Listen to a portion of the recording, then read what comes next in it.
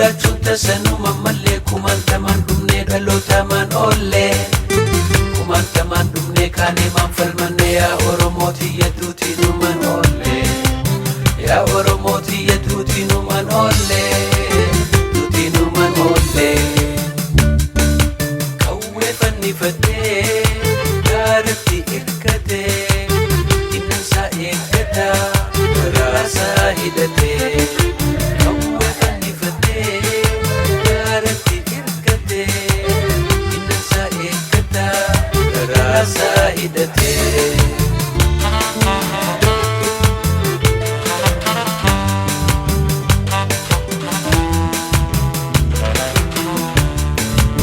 torban jijjiiramu Oromummaan gatu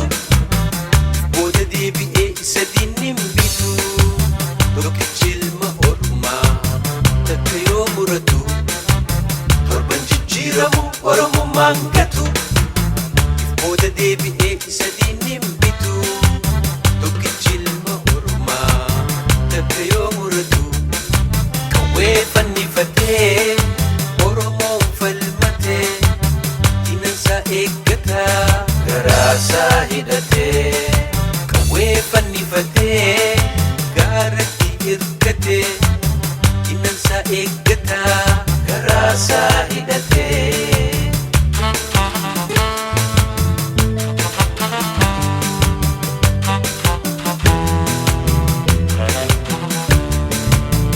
qabsaawaa sabaa jayna biyyaaf lolu